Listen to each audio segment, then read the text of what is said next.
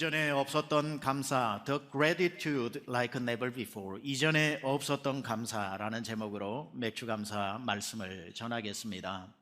여러분, 감사는 많이 가진 사람이 하는 것이 아니라 무엇을 가졌는지 아는 사람이 한다는 말이 있습니다.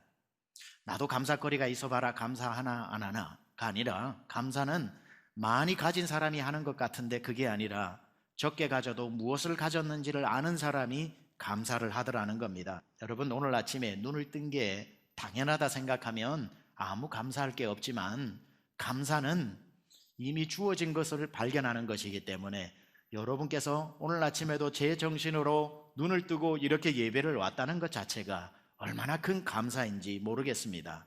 감사가 습관이 된 사람들을 가만 보세요. 감사거리가 많은 게 아니라 모든 것에 감사하기 때문에 감사가 그렇게도 많은 겁니다.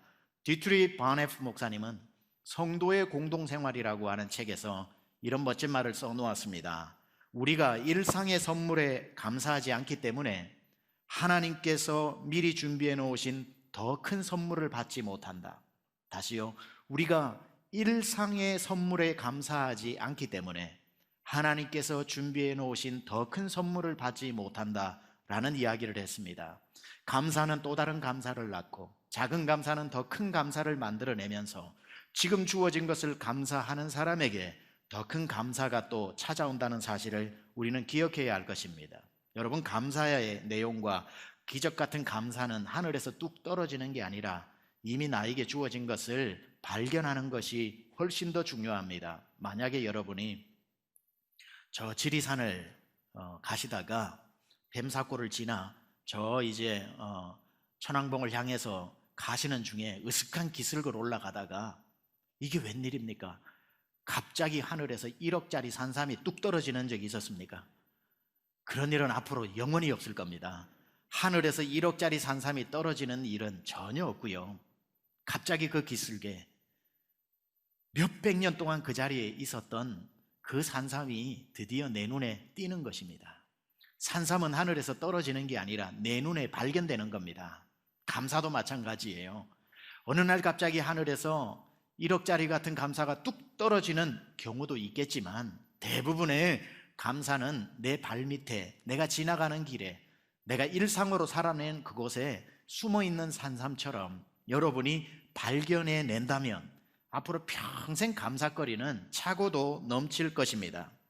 특히 감사는 감사할 상황이 되었을 때에 하는 것도 귀하지만 그 감사야 누군들 못하겠습니까? 그러나 진짜 감동적인 감사는 감사할 수 없는 상황같이 보일 때 거기서도 감사의 내용을 찾아내고 기어이 하나님 앞에 감사를 고백하는 그 감사는 하나님의 마음을 감동시키지 않겠습니까? 특히 대한민국에서 지난 몇 개월 동안 제일 많이 사라진 단어가 감사라는 단어일 것입니다. 코로나를 지나면서 예수를 믿는 분이든 안 믿는 분이든 누구 하나 상관없이 감사라는 단어를 사용할 수 없잖아요. 감사라는 단어 정말 많이 사라졌을 겁니다. 그렇기 때문에 희소성이 있어요. 여러분이 감사라는 단어를 오히려 이럴 때 사용을 하면 들리지 않던 감사라는 단어가 하나님 귀를 번쩍 열리게 할 것이고, 어두울 때에 감사하는 소리가 하나님께 연락이 되어지고, 형편이 어려울수록 하나님께 드리는 감사의 예물은 하나님께 기억되신 바 된다는 사실입니다. 여러분, 따라서 감사를 기다리지 마시고 모든 일에 감사하실 수 있기를 주님의 이름으로 축원합니다. 감사하기로 작정한 사람은 어떤 경우에도 감사합니다. 이런 말이 있거든요. 아내가 맛있는 음식을 차려주면 너무 맛있어서 하나님 앞에, 하나님, 맛있는 음식을 만드는 아내를 주셔서 감사합니다 하고 기도하면 되는 것이고, 아내가 만들어준 음식이 너무 맛이 없으면 내 소망은 오직 주께 있나이다 하고 그렇게 기도를 하면 모든 게 감사입니다.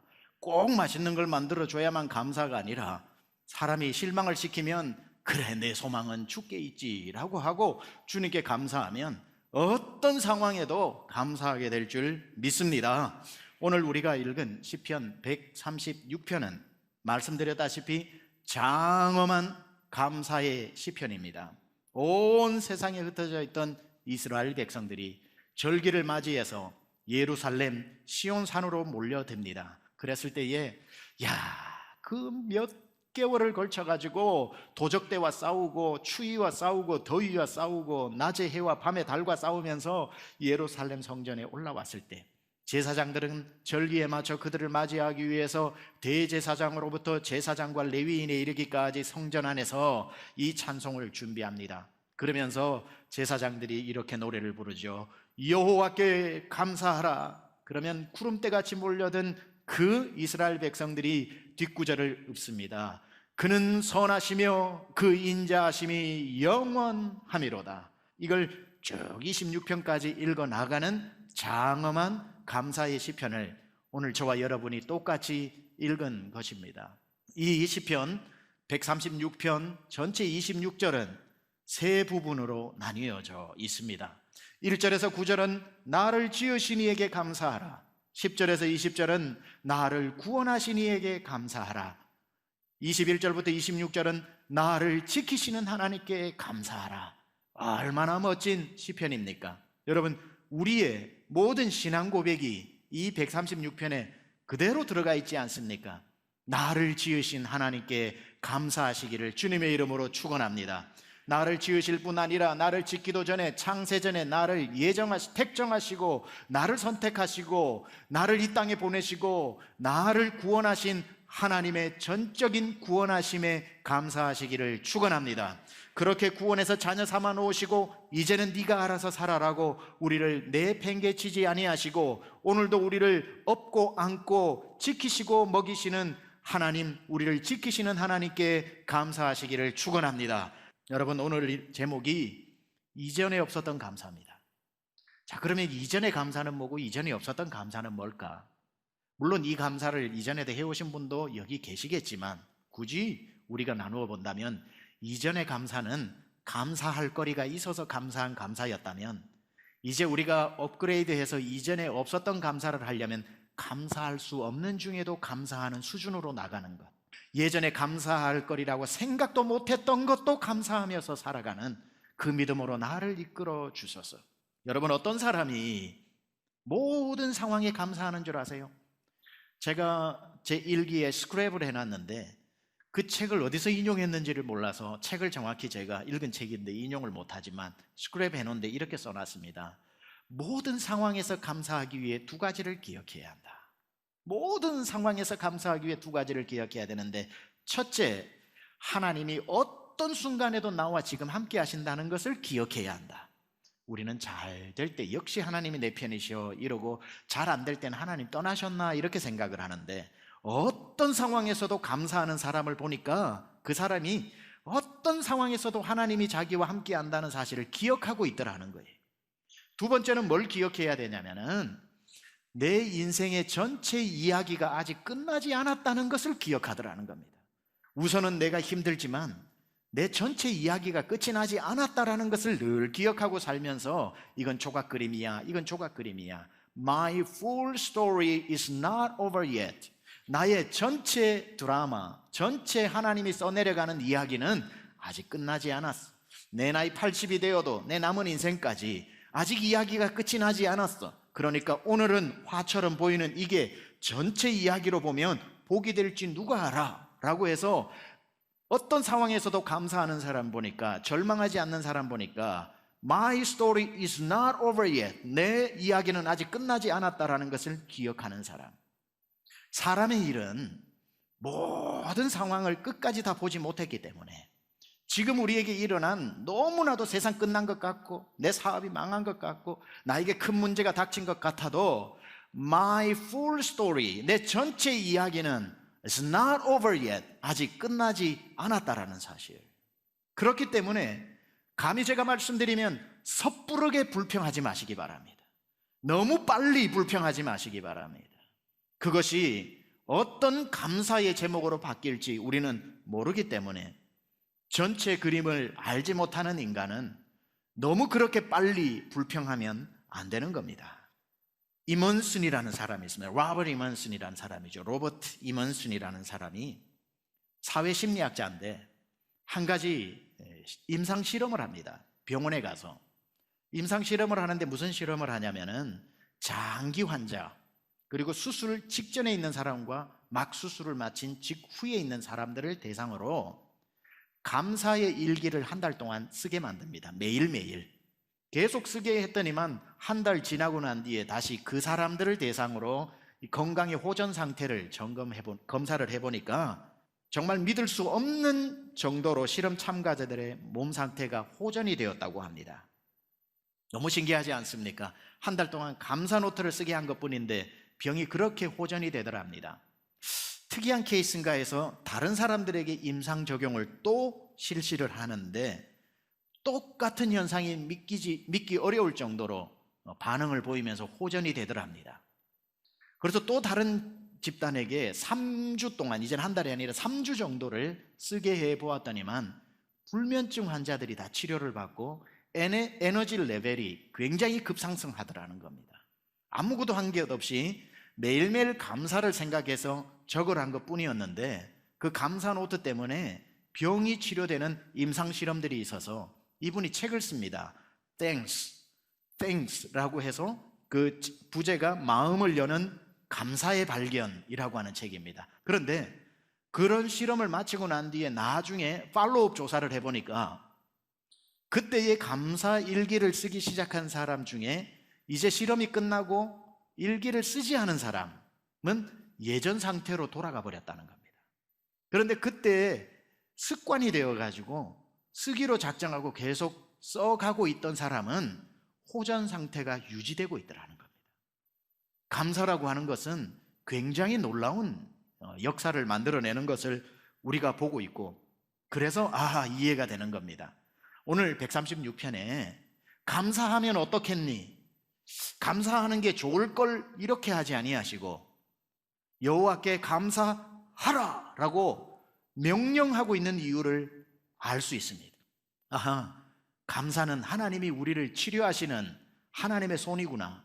감사하는 것은 하나님의 역사를 앞당기는 하늘로부터 내려오는 축복의 창문이구나.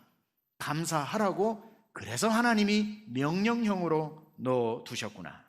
저는 하나님께서 지금 이 한국교회 전체가 아파하고 모든 성도들이 신음하고 있고 한국 국민 모두 전 세계 국민들이 이 힘들어하고 있는 이때에 이 나라 이 민족 이 교회 이 성도를 고칠 수 있는 가장 특효약이 무엇일까?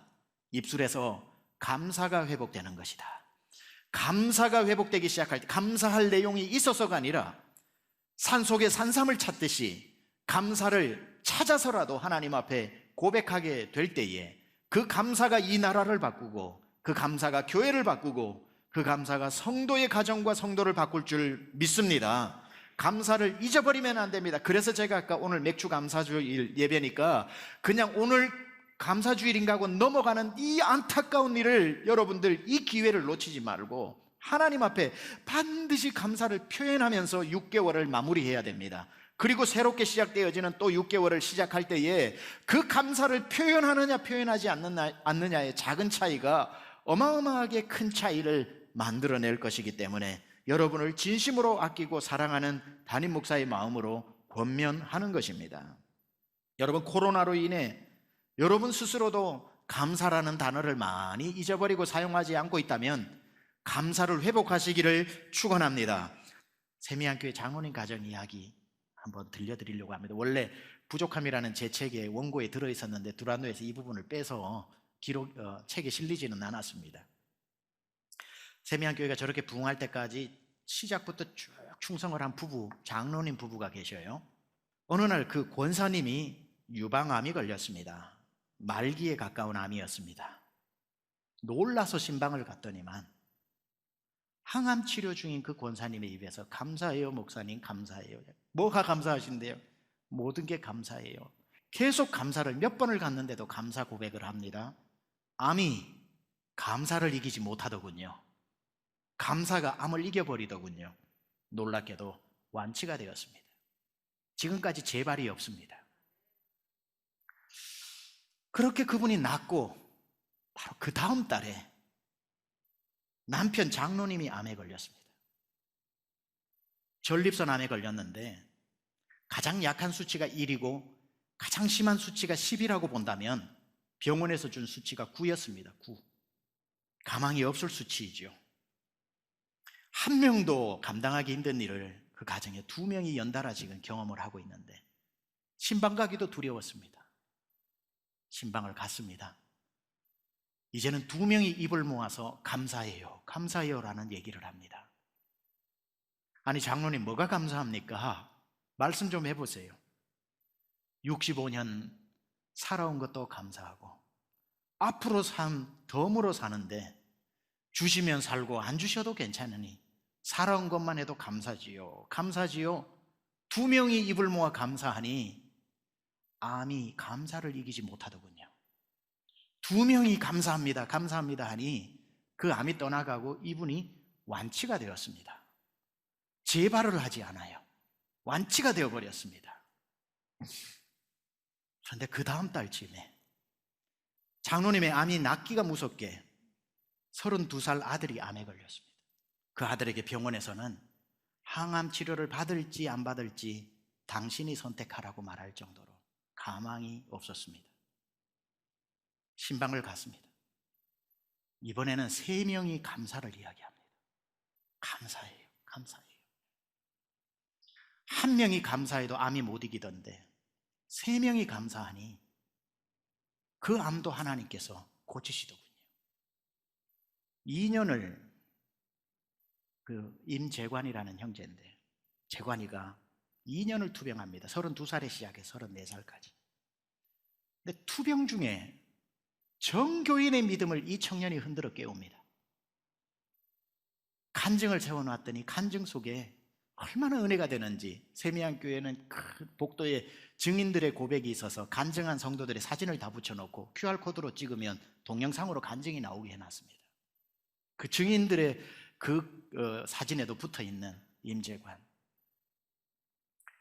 재관이가 투병 중에 저에게 자기가 쓴 일기를 카톡으로 계속 보내주는데 첫 번째 보낸 게 아침에 키모를 맞았다. 저녁에는 샐러드를 먹고 토했다. 아파서가 아니라 많이 먹어서 그런 것 같다. 흐흐흐. 엄마가 많이 놀랐을 텐데 엄마 아파서 그런 게 아니라 많이 먹어서 그런 거예요. 루도스 간호사님이 나를 위로해 주었다. 난 너무 행복해서 어떻게 감사를 표현해야 할지 모르겠습니다. 난 너무 행복해서 어떻게 감사를 표현해야 할지 모르겠습니다. 지금 이렇게 감사한데, 이렇게 기쁜데 이 악물고 버텨보리라. 병이야 올 테면 오너라. 다시 왔습니다. 오늘은 참으로 특별하다. 내가 장하다. 감사한 만큼 행복한 것임을 깊이 깨닫습니다. 감사한 만큼 행복한 것임을 깊이 깨닫습니다. 병원 라운딩을 하면서 다른 환우들을 위해 기도했다.